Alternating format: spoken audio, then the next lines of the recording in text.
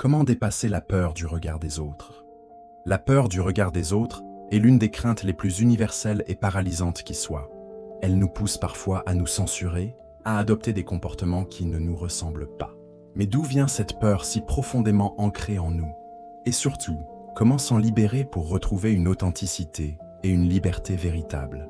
À l'origine, cette peur trouve ses racines dans un mécanisme de survie archaïque. Appartenir à un groupe était autrefois une question de vie ou de mort. Être rejeté signifiait se retrouver sans protection face au danger.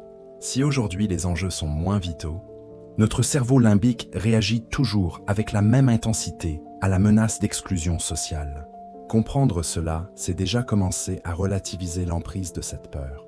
Les philosophes stoïciens, il y a déjà plus de 2000 ans, offraient des clés puissantes pour s'affranchir de cette tyrannie du regard. Ils nous invitent à pratiquer une distinction cruciale, celle entre ce qui dépend de nous et ce qui n'en dépend pas. L'opinion des autres, leur jugement, leurs critiques, tout cela échappe totalement à notre contrôle.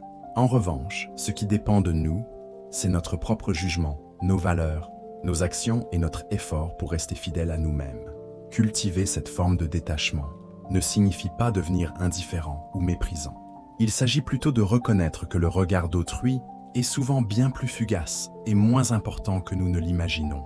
L'effet de projecteur est ce biais cognitif qui nous fait croire que les autres nous observent et nous jugent en permanence, alors qu'en réalité, chacun est surtout centré sur ses propres préoccupations.